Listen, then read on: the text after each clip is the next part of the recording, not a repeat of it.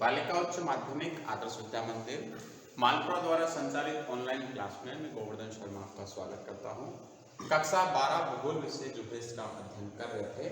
इसके अंदर हमारे लेसन नंबर 13 भारत की जनसंख्या वितरण घनत्व और वृद्धि जो है वो चल रहा था। हमने इसका जनसंख्या का थोड़ा सा जो वृद्धि का कारण है उसको हमने जान लिया था। जनसंख्या वितरण जो है इसको पढ़ना है। जनसंख्या के वितरण से मतलब होता है उसका फैलाव, कि कौन कौन से क्षेत्र के अंदर कितनी जनसंख्या रह रही है।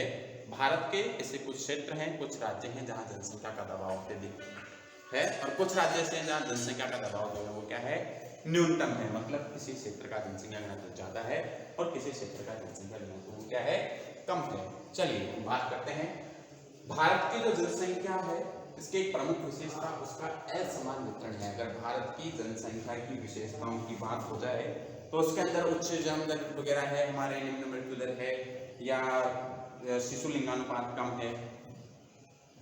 इसके साथ जो है एक विशेषता ये भी है कि असमान वितरण है।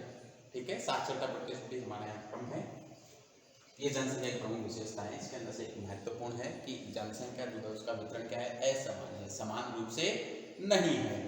देश में उत्तर प्रदेश, महाराष्ट्र, बिहार, पश्चिम बंगाल और आंध्र प्रदेश 5 राज्य ऐसे हैं जहां देश के 30% क्षेत्रफल राज्य की 50% जनसंख्या निवास करती है। हम बात करें क्षेत्रफल के आधार पर सबसे बड़ा राज्य हमारा राजस्थान है। कौन सा है? राजस्थान, जो भारत के कितने प्रतिशत क्षेत्र पर फैला हुआ है? 10.41% क्षेत्र के ऊपर फैला हुआ है। लेकिन यहाँ जो जनसंख्या का प्रतिशत है वो लगभग 5.6% के आसपास ही है। ठीक है, मतलब भारत का जितना क्षेत्र है उसके आधार पर जनसंख्या राजस्थान में क्या है, कम है। लेकिन भारत के 5 राज्य ऐसे हैं जिनका क्षेत्रफल राजस्थान से कम है, जो क्षेत्रफल की दृष्टि से दूसरे, तीसरे, चौथे, 5वें नंबर पर आते हैं। लेकिन वहां का जो जनसंख्या है वो जनसंख्या क्या है, अधिक है। ठीक है, उनके क्षेत्रफल के मुकाबले। ऐसे राज्य कौन से हैं? सबसे ज्यादा जनसंख्या जो है उत्तर प्रदेश की है, फिर महाराष्ट्र की, बिहार की, पश्चिम बंगाल, आंध्र प्रदेश की। उत्तर प्रदेश की जितनी जनसंख्या है उसके बावजूद बिहार जो उत्तर प्रदेश से छोटा है, लेकिन भारत का सबसे ज्यादा जो जनसंख्या घनत्व है वो कहाँ का है? बिहार का है। ठीक है, चलिए हम बात करते हैं आगे। इस 30% क्षेत्र के ऊपर, मतलब इन 5 राज्यों का क्षेत्रफल जो है वो भारत के कुल क्षेत्रफल का 30% हुआ और इस 30% क्षेत्र के ऊपर भारत की 50% आबादी जो है वो निवास करती है। मतलब अगर हम 125 करोड़ हैं तो 125 करोड़ का मतलब हो गया हमारे जो 63 करोड़ जनसंख्या है वो तो यही निवास करती है। वही उत्तरी तथा पूर्वी, जो उत्तर पूर्वी 10 पर्वतीय राज्य हैं यहाँ पे केवल 16% जनसंख्या ही निवास करती है। यहाँ 5 राज्यों के अंदर 30% भूभाग पे 50% जनसंख्या निवास करती है। ठीक है, वहीं दूसरी ओर जो हमारे उत्तर पूर्वी राज्य हैं वो राज्य कितने हैं? 10 राज्य हैं और जनसंख्या कितनी निवास करती है? 16% जनसंख्या यहाँ पे निवास करती है। ठीक है, सॉरी 4% जनसंख्या निवास करती है 16% क्षेत्र पे। यहाँ 5 राज्य, ठीक है, क्षेत्र कितना? 30% और जनसंख्या कितनी? 50%।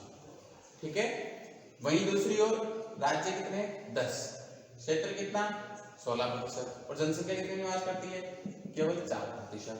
ठीक है, तो कितनी विषमता है? यहाँ पे इसकी 4 गुना जनसंख्या क्षेत्र है लेकिन जनसंख्या कम है, और यहाँ पे जो है जनसंख्या 30 है और उसकी 2 गुनी जो है वो जनसंख्या निवास करती है। ठीक है, किसी देश में जनसंख्या का वितरण वहां के भौगोलिक कारकों पर निर्भर करता है। किसी भी देश की जो जनसंख्या है उसको प्रभावित करने वाले उसके कारक हैं, उसके अंदर आर्थिक कारक वगैरह तो नहीं, आर्थिक, सामाजिक, धार्मिक, राजनीतिक कारक तो, लेकिन सबसे महत्वपूर्ण जो है वो क्या है? भौगोलिक कारक है। भौगोलिक कारक किस प्रकार से, उसको भी देखेंगे।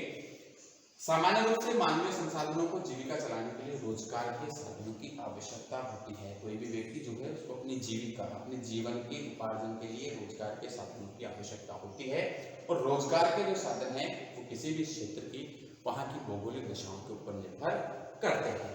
यही कारण है कि समतल मैदान जो है वो सघन बसे हुए क्षेत्र हैं। गंगा, सिंधु और ब्रह्मपुत्र का जो मैदानी क्षेत्र है यहाँ भारत की सबसे ज्यादा जनसंख्या निवास करती है। वहीं पर्वतीय क्षेत्र हैं या मरुस्थलीय जो क्षेत्र है यहाँ जनसंख्या कम निवास करती है।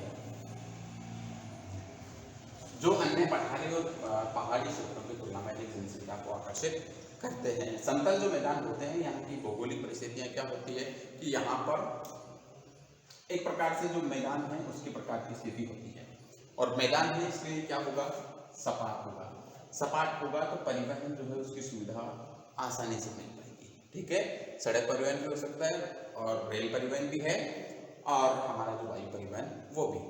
दूसरा, यहाँ पर जो बहने वाली नदियाँ हैं, ये जो मैदान समतल है तो इन नदियों के द्वारा नहरें निकाल कर भी जो है सिंचाई का कार्य किया जा सकता है। ठीक है, समतल है, बहुत ज्यादा ऊपर पहाड़ी पर नहीं है और नीचे नहीं है, इसलिए परिवहन के संसाधन तो होंगे ही, लेकिन यहाँ का जो तापमान या यहाँ पर जो वायुदाब होता है वो भी क्या होता है, सामान्य होता है। तो ये कई सारी जो चीजें हैं ये निर्भर करती है भौगोलिक कारकों पर। इसके साथ ही ये तो उच्चावचों की बात हो गई, इसके साथ ही जहाँ भौगोलिक कारक अच्छे हैं, जैसे समुद्रीय जलवायु है तो वहाँ पे जो है नम रहती है, समुद्र में आसपास जो है मछली का या समुद्री जो कारोबार है वो किया जा सकता है, वहाँ पर कपास का उद्योग अच्छा किया जा सकता है, पानी की उपलब्धता पर्याप्त होती है इसलिए कृषि भी ठीक हो सकती है, अनेक प्रकार के जो पर्यटन वगैरह हैं वो भी बढ़ते हैं, तो वहाँ पर जो लोग हैं वो ज़्यादा रहते हैं।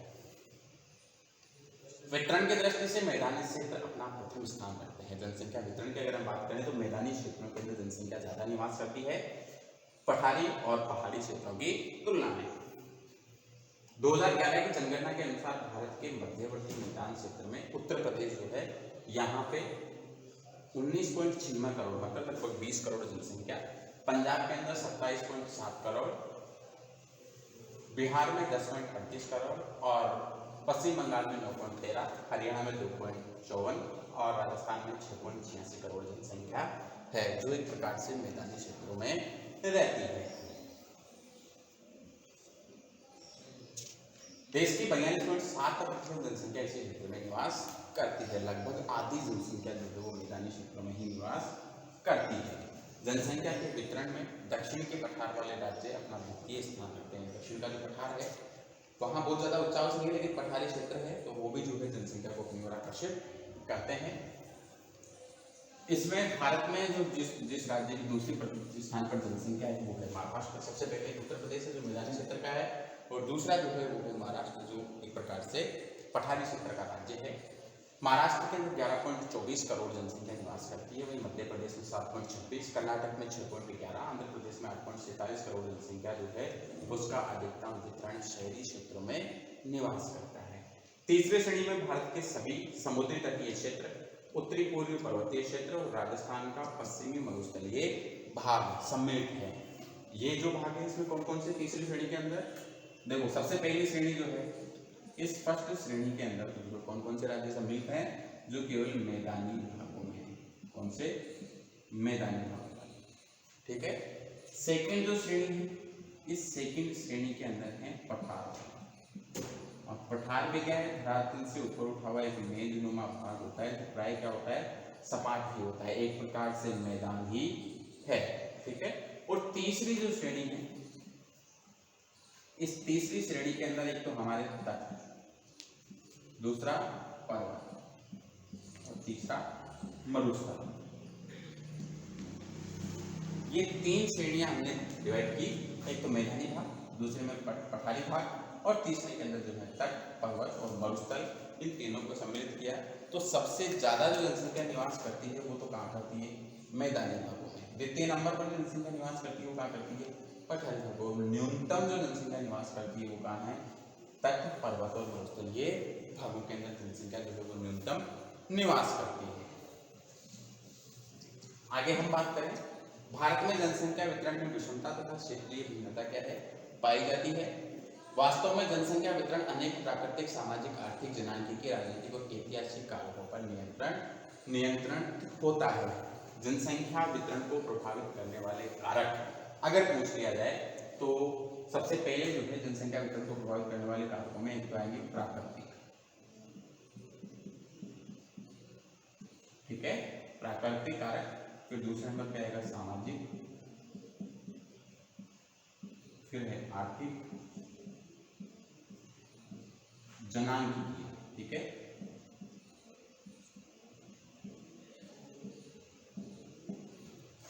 राजनीतिक और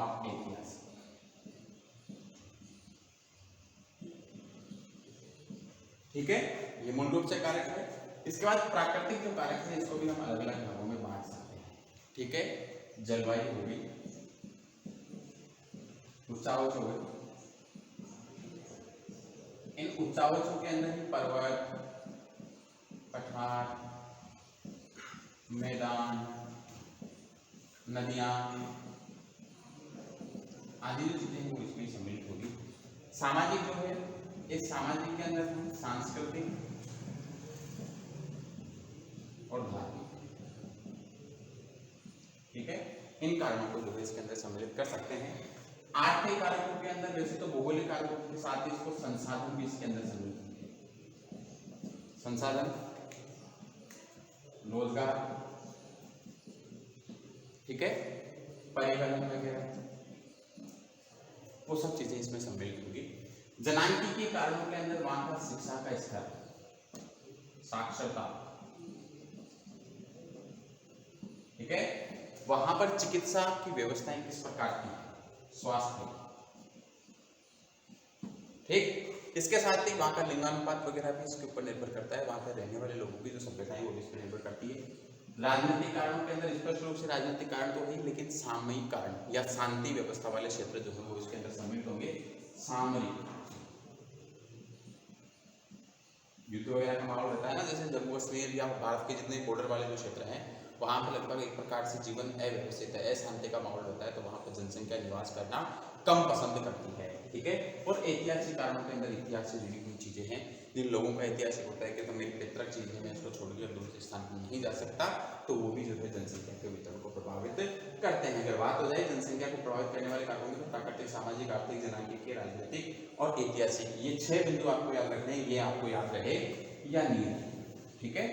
विस्तृत व्याख्या अगर आपको करनी हो तो आप इसको देख सकते हैं। ये जो सारणी 13.1 जो इसके अंदर दे रखी है, इसमें जनसंख्या के न्यूनतम आंकड़े और पहलू वर्णित हैं, जिसे हम जो मानचित्र के माध्यम से देखेंगे और इसको हम जो है नेक्स्ट वीडियो में पढ़ेंगे। तब तक के लिए धन्यवाद।